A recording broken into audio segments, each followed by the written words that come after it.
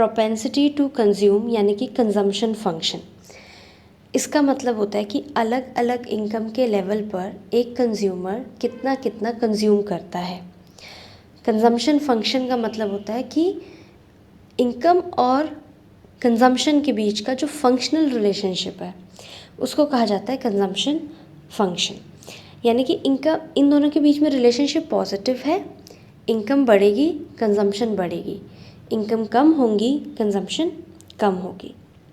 इसको टेबल और डायग्राम के थ्रू भी एक्सप्लेन कर सकते हैं। एक साइड हम आपकी इनकम ले लेते हैं 0, 10, 20, 30, 40, 50।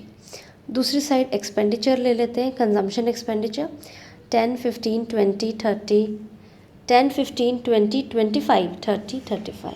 ठीक है। इसके बाद नेक्स्ट सबसे पहले आप ये जो है एक कंजम्पशन लाइन ड्रॉ कर देंगे, इसको प्लॉट करके, टेबल को प्लॉट करके। ठीक है। जिसके अंदर आपका ये जो 10 है ये ऑटोनॉमस कंजम्पशन को डिनोट कर रहा है और बाकी के जो कॉम्बिनेशंस हैं वो ये दिखा रहे हैं कि अलग अलग इनकम के लेवल पर कंजम्पशन कितनी होगी। अगर यहाँ से आप एक इनकम लाइन ड्रॉ कर दो, इनकम लाइन हमेशा 45 डिग्री के एंगल पर बनती है। तो यहाँ से अगर आप इनकम ड्रॉ कर दो तो आपको पता चलेगा कि फर्स्ट फेज़ में जो कंजम्पशन है वो इनकम से ज़्यादा है, क्योंकि सी वाली लाइन ऊपर है और वाई वाली लाइन नीचे है। तो ये किस चीज़ को डिनोट कर रहा है कि ये क्या डिनोट कर रहा है कि कंजम्पशन इनकम से ज़्यादा है। और अगर कंजम्पशन इनकम से ज़्यादा है यानी कि व्यक्ति अपनी इनकम से ज़्यादा कंज्यूम कर रहा है।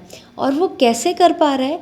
वो इसलिए कर पा रहा है क्योंकि वो अपनी पास्ट सेविंग से या किसी से लोन लेकर के वो अपने खर्चों को पूरा कर रहा है। यानी ये जो फर्स्ट फेज़ है ये किस चीज़ को डिनोट करता है? ये डिस सेविंग्स को डिनोट करता है।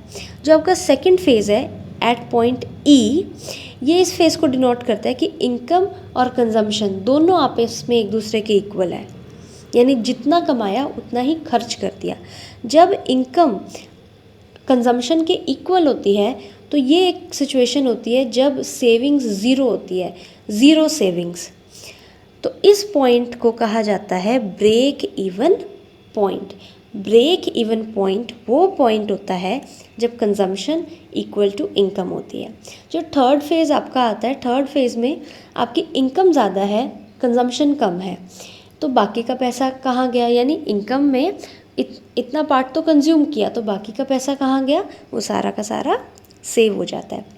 अगर हम कंजम्पशन फंक्शन के स्लोप की बात करें तो इसका स्लोप कैसा है? पॉजिटिव स्लोप है, क्योंकि इनकम के बढ़ने से ये बढ़ रहा है।